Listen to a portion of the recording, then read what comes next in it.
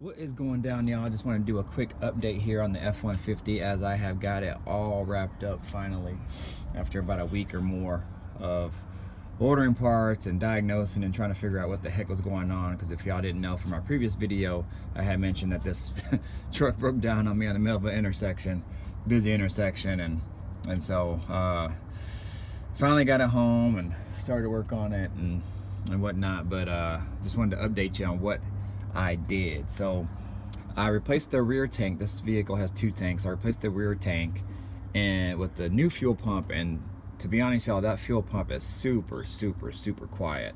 And it actually might have been the fuel pump that had went out, because it just totally went out, wouldn't start on me. And then finally I got it started, and then I was able to make it home. But anyways, this prime's so much quieter than the other one, so that might have been an indicator that it was going out, and it was kind of sputtering at sometimes if I gave it gas and whatnot. So anyways, that's another issue, but hopefully no more. Replace the fuel pump, that's good to go. So did that. Also replaced the fuel filter that sits along the fuel rail on the driver's side, so I replaced that. Also, I think my water pump was going bad because it was actually making some weird squeaky noises, and I thought it was a belt, but I looked over the belt was good, so I suspected fuel or a water pump, so I went ahead and replaced that. I also found out that on these older body style Ford F-150s, they're common to get water leaks in the top corner of the timing chain cover. So the timing chain cover not only covers the timing chain, but it also covers these water passages here that are in the upper right corner, and that's why you need that gasket there as well. So I took that off, cleaned it all up, ordered a gasket kit, used the Right Stuff gasket maker in between the gaskets, in between that blue gasket, and cinched it down. And also it has a rubber gasket that sits on the bottom of the timing cover, so I replaced that as well.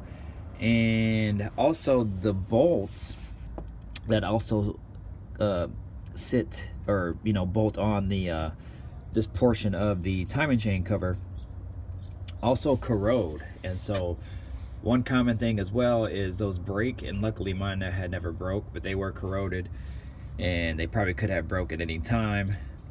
I had bought 2 new bolts there, ordered those off Amazon, and replaced those as well since I was at it, and now it's good to go, no leaks, and so that's good. Also, another weird thing is when the vehicle actually shut off on me, I had no heat. Like, it was starting to act weird before it shut off. The heat wouldn't come on, nothing. It was actually really crazy.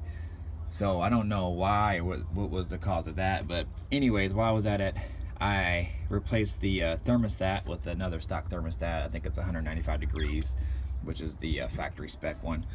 And also I just went ahead and replaced the what's that thing called, coolant temperature sensor. So I don't know, I just thought that was weird that it would do that, that when I had no heat, the temperature gauge was like going up and then down and back and forth. So I thought maybe the temperature sensor was bad, so I don't know, I replaced that. But the coolant gauge always stayed low, and I thought it was always read low and I thought that was weird, because I always thought that it should read just a little bit higher than that, but I don't know. In any case, it was only $9, so I replaced that too, and I ran it, and it actually seems to be running a lot better, fixing all that stuff. So one other thing as well, so right there, that had a pretty good transmission fuel leak, and that's the cooler. I don't know if it'll focus. There you go. But I always thought that was weird, that the factory would put a rubber hose in between the two and not just one line and just bend it up, because this line goes to the transmission cooler, but they put that hose there for some reason. So I don't know. I just used some better, more sturdy fuel injection line, put some fuel injection crimps there, and fix that, and so there's no more leaks there. So that's good to go as well. And I also went ahead and checked for vacuum leaks and everything while I was at it, and ended up coming across this. So it really kind of stumbled me why my heat would act weird as well when the vehicle shut off. And when I first turned it on, it wasn't getting cool, then it wasn't getting warm at the beginning at least, and I didn't have any heat coming out. So I went ahead and started to backtrack all my vacuum lines and everything for the heater, and ended up coming across this right here. So this is actually replaced. I just replaced it just now, but this is the old one right here.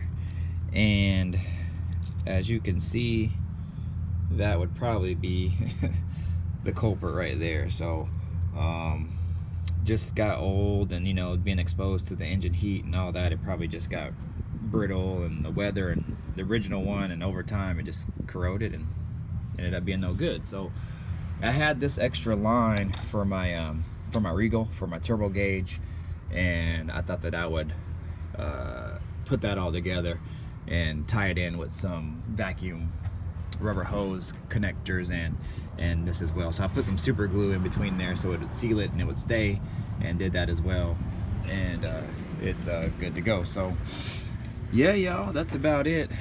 I've been working on this dang thing, and now I am set. So now I can start working on the 6.0 build. Yeah, buddy. So got crap everywhere in here, but now I can start dedicating my time to this bad boy right here and be good to go. So anyways, y'all, that was been my week and a half working on this truck.